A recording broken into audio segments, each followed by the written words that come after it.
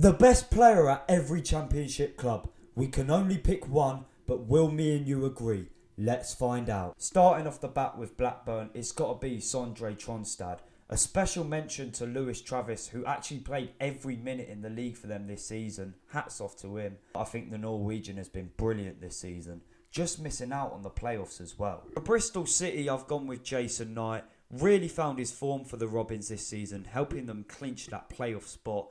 And not many players in the league came close to him this season. So he's done really well. And I think for Bristol City, it's got to be Jason Knight. Burnley, Maxime Esteve, again, would be nowhere near the automatics if it wasn't for him. Or Trafford, to be fair. Only 22 years old. Could he be looking to get into the France team in the next few years? I know he's young, but he's got the potential. And now for Cardiff City. And as much as the first team in this list that got relegated, you've got to give a massive shout out to Youssef Salech, I think is his name. Came in from Swedish club Sirius FC in January. And let's be honest, it was a serious signing. But to come in January, to settle into your new club and score 8 goals in the second half of the season, that's unbelievable. Trying to settle into the city and then getting used to the system. And I'm telling you now, he'll be a massive player to get them back up to the Championship next season. For Coventry, I've gone with Rudoni. He's a massive part of their attack. Probably the reason why they're so good going forward. But since Matt Grimes came in, he's changed the midfield, especially defensive area, really well. But I'm going to give it to Rudoni because he's been on fire. Next up is Craig Forsyth. The guy stuck through Derby for 10 years. Now he's their captain.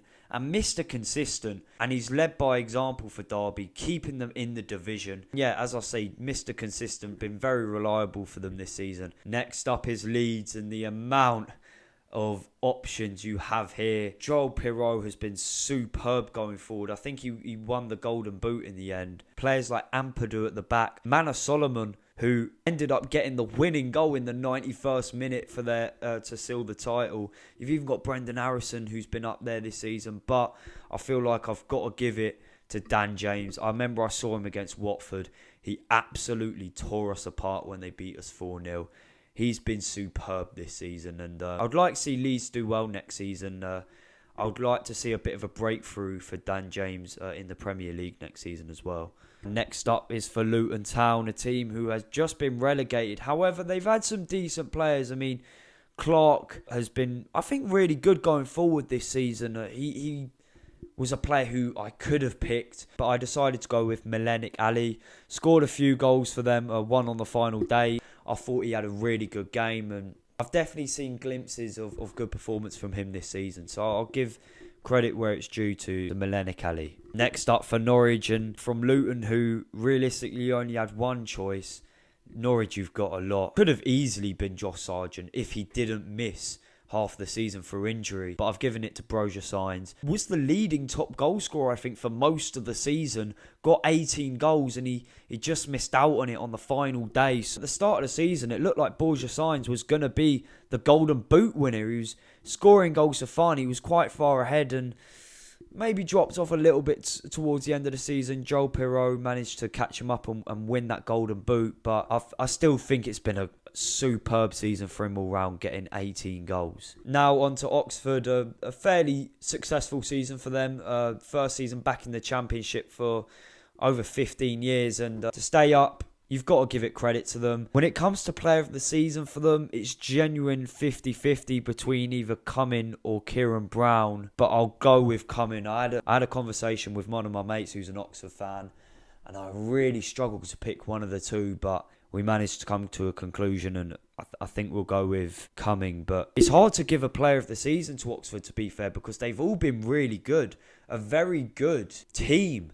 There's no real individuals that you could say is a mad standout because they all gel really well, but I'll go with Cumming. Could have been Kieran Brown, but I think Cumming's been superb for them. Now, next up for Portsmouth, and it has to be Josh Murphy. Caused our right back absolute mayhem back in April, absolutely sat Ryan Andrews down. First season back in the Championship for Josh Murphy after leaving Cardiff, and I think it's one that he'll be very proud of. Next up for QPR, I think it has to be Jimmy Dunn. They're very good defensively, and Jimmy Dunn is a big part of that. He's an absolute rock at the back. The man mountain, especially when they got corners. He's very dangerous in the air, and he's very hard to break down.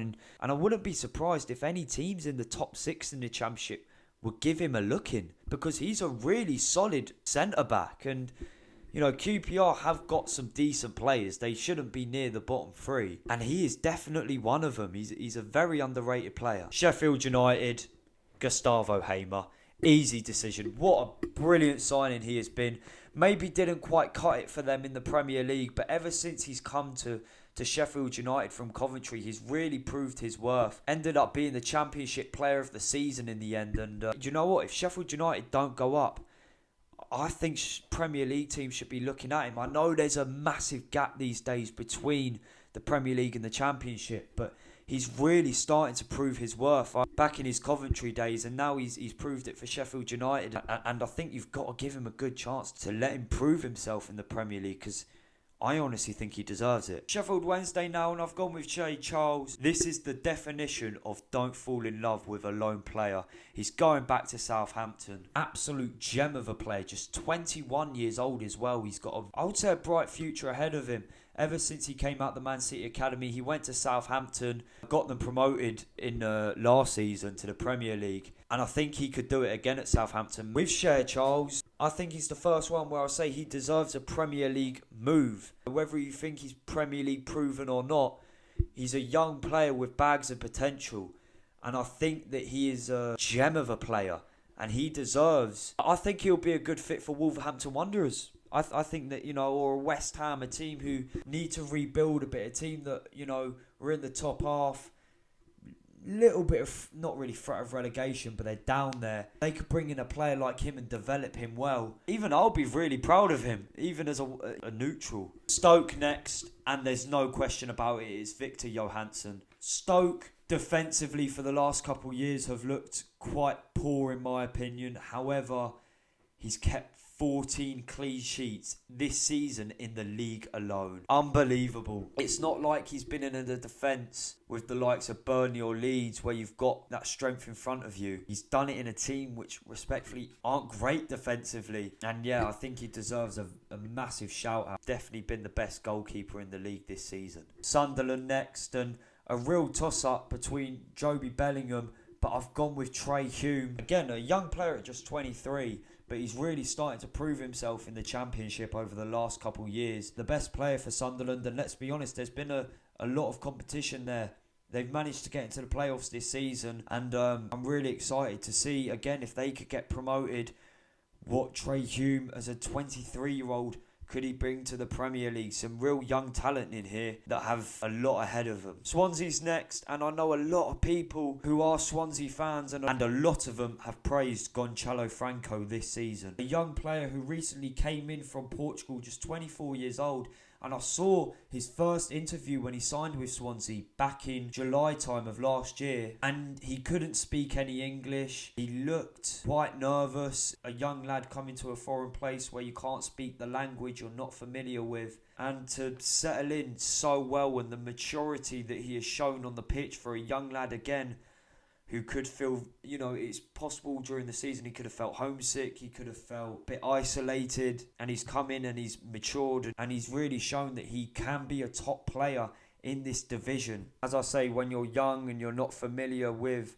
the nation that you are in, that can feel quite unsettling and very nerve-wracking, but to come in your first season and probably be the best player for your club, you've got to give him a massive amount of respect, and I'm sure Swansea fans are very excited for him next season. And I know a lot of you are probably thinking, who have I picked for my team, Watford? Well, we're finally there now, and the obvious choice would be Quadro Bar. He's been tearing up defenders left, right and centre. Him running at the defenders with pace is absolutely frightening, but unfortunately he's missed a lot of the season through injury. So it's not very logical to go with him. I'm going to go with Matty Pollock, absolute rock at the back.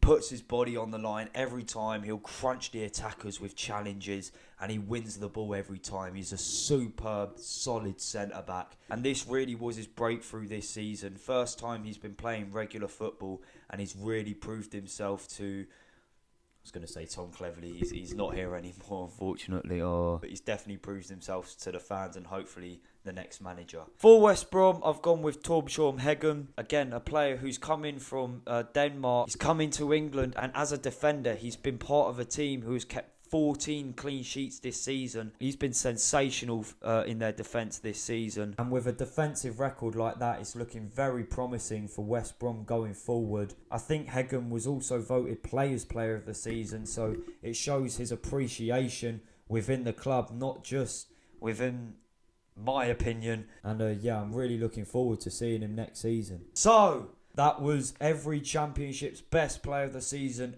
in my opinion. But I would love to hear from you as well. What do you lot think? Drop a like if you did enjoy, subscribe, turn on those post notifications for weekly Championship content. I'll see you next week.